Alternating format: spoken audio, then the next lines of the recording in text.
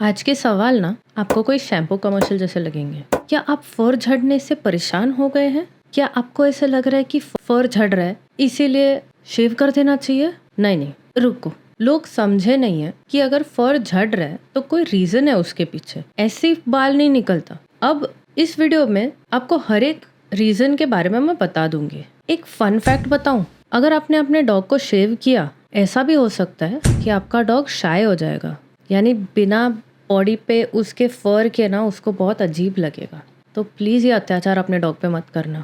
मैं डॉक्टर साची शानबाग वेटनरियन होने के नाते इस चैनल के थ्रू डॉग ट्रेनिंग विद पेट गुरु पे आपको अलग अलग पेट केयर रिलेटेड इन्फॉर्मेशन देते रहूँगी। इस चैनल के थ्रू हमारा मोटिव सिर्फ इतना है कि आपको बिहेवियर, हाइजीन, मेडिसिन, हर एक चीज़ के बारे में हम इन्फॉर्मेशन दे पाए, ताकि आपका पेट पेरेंट का जो जर्नी है और जो एक्सपीरियंस है वो अच्छे से जाए और आपको समझ आए कि आपके डॉग के साथ आपको क्या क्या देखना है और क्या क्या हो सकता है।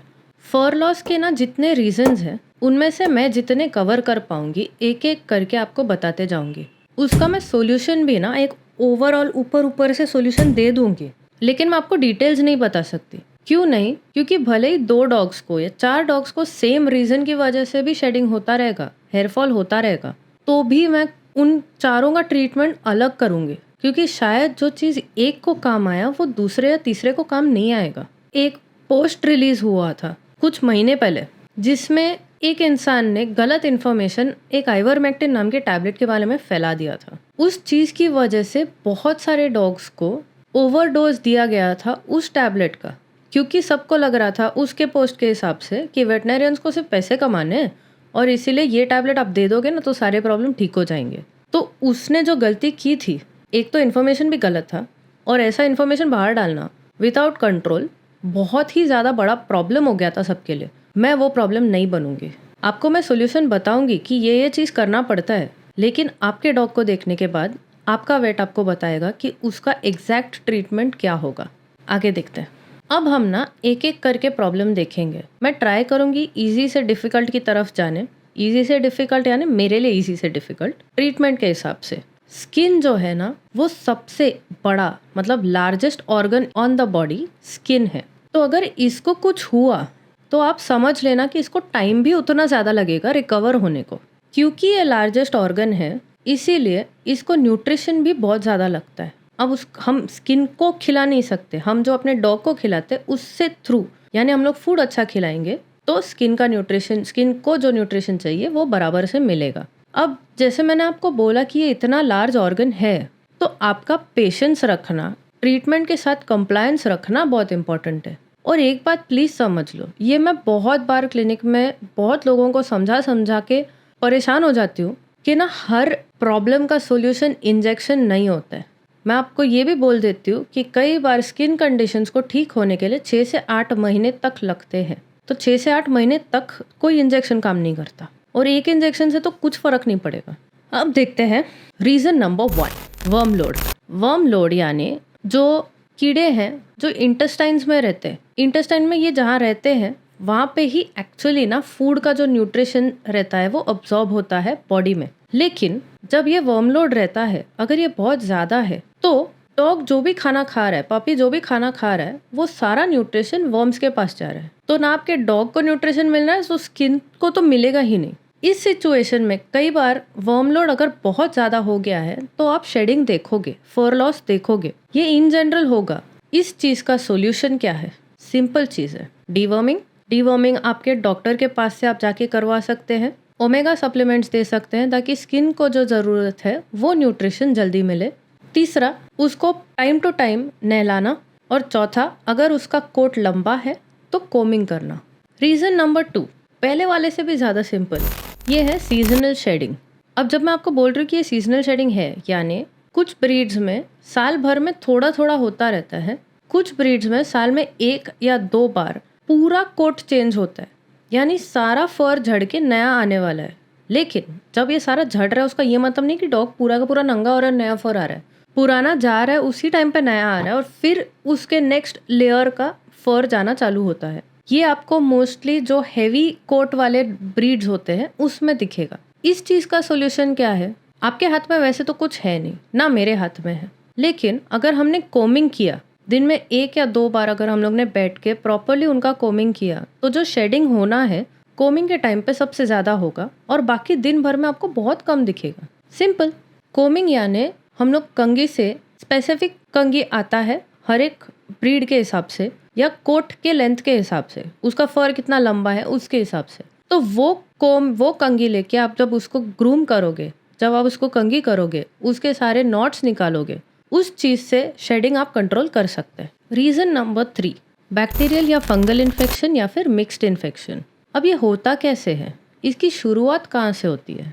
अगर आप अपने डॉग को नहलाने के बाद या आप वॉक पे गए हो, बारिश हो रहा है, वो भीग गया है, वापस आके आपने उसको वॉश किया, क्लीन किया, लेकिन अगर आप ड्राई नहीं करोगे तो जो मॉइस्चर ट्रैप हो जाता है, जो गीला गीलापन उसके फर और स्किन के बीच में अटक जाता है, उसकी वजह से फंगल इन्फेक्शन शुरू होता है। फंगल इन्फेक्शन आने के बाद फिर बैक्टीरियल इन्फेक्शन, मतलब एनवायरनमेंट में जो बैक्टीरिया प्रेजेंट है वो उस टाइम पे क्योंकि फंगल हुआ है मौका लेके वो भी आ जाता है। तो या तो आपको सिर्फ फंगल मिलेगा या फिर एक मिक्स्ड इन्फेक्शन मिलेगा।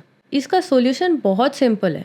पहला चीज़, जब भी आपका डॉग भीग जाएगा उसको अच्छे से सुखा दो, यानी नहाने के बाद भी और वॉक के बाद भी।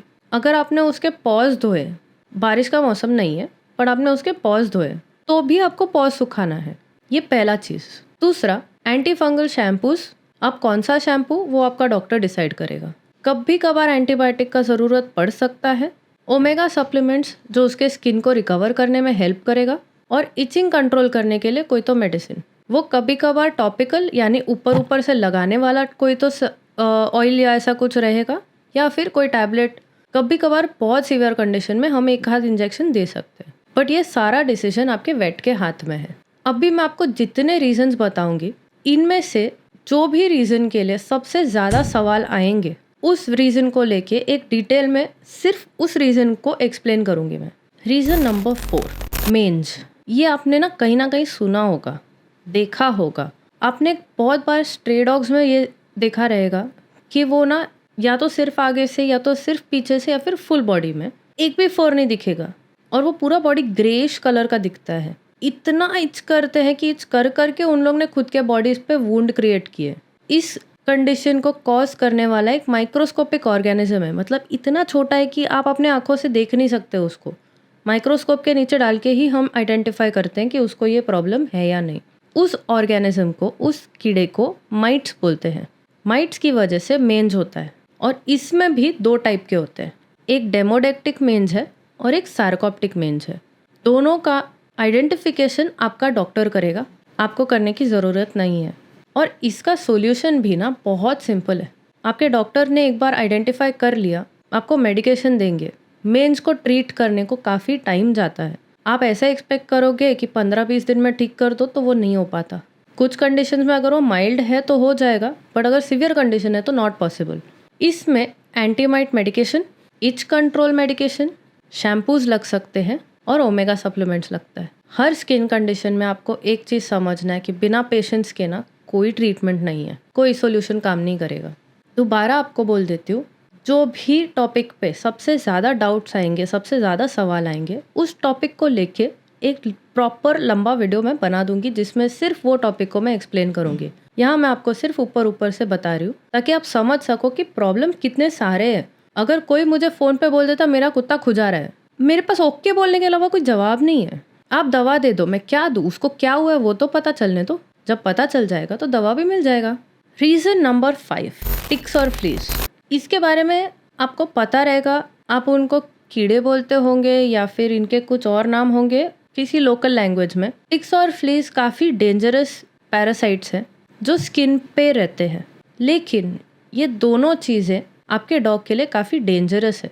दोनों से होने वाले जो कंडीशंस हैं वो बहुत डेंजरस है, लेकिन उनको ट्रीट करना उनके कंडीशन के हिसाब से डिसाइड होगा। सिवियरिटी ऑफ इन्फेक्शन यानी कितना बुरा इन्फेक्शन हुआ है उसके हिसाब से डिसाइड होता है कि उनका ट्रीटमेंट 1 महीने में हो जाएगा या उसके लिए काफ़ी ज़्यादा टाइम जाएगा। अब टिक्स एंड फ्लीज का मैं आपको 2 वर्ड सिखाऊंगी आज। अगर टिक्स एंड फ्लीज बॉडी के ऊपर बहुत ज़्यादा है तो उसको इन्फेस्टेशन बोलते हैं, और उनसे होने वाले डिजीज़ को इन्फेक्शन बोलते हैं। ये वर्ड आप समझ लेना, इन्फेक्शन यानी उससे होने वाला डिजीज़ और उनका नंबर डिसाइड करता है कि वो इन्फेस्टेशन है या नहीं। इसका सॉल्यूशन क्या है? एंटी टिक फ्ली मेडिकेशन रहता है, एंटीबायोटिक्स दिया जाता है उनके कंडीशन पे डिपेंड करते हुए, ओमेगा सप्लीमेंट्स रहता है, इचिंग और बाकी कोई भी प्रॉब्लम, कोई भी और कॉम्प्लिकेशन साथ में आ रहा होगा तो उसके हिसाब से वो मेडिसिन ऐड हो जाता है। टिक्स एंड फ्लीज के बारे में डिटेल में 3-4 अलग अलग वीडियोस हैं। टिक्स और फ्लीज क्या होते हैं, उनको कंट्रोल कैसे किया जाता है, मैनेजमेंट क्या है, घर पे आप क्या कर सकते हो, आपको क्या क्या केयर लेना है, उनसे होने वाले डिजीजेस कौन से हैं, वो कितने लाइफ थ्रेटनिंग है, ये सब चीज़ कवर किया गया है यहाँ पे और डिस्क्रिप्शन में लिंक ढूंढ लेना। वीडियो अभी ख़त्म नहीं हुआ है क्योंकि ऐसे और भी रीजंस है जिसके आपके पेट का फर लॉस होता है, हेयर लॉस होता है। उसके लिए आपको पार्ट 2 देखना पड़ेगा क्योंकि इस वीडियो में हम सिर्फ 5 रीजंस को अकोमोडेट कर पाए। बाकी के रीजंस के लिए आपको वीडियो का लिंक मैंने डिस्क्रिप्शन में भी डाल दिया है और बाजू में अटैचमेंट भी है। तो प्लीज़ पार्ट 2 को इसके बाद देखिए ताकि आपको सारे रीजंस पता चले आपके पपी का फर लॉस क्यों हो रहा है। मिलते हैं अगले वीडियो में, तब तक के लिए थैंक्स एंड बाय।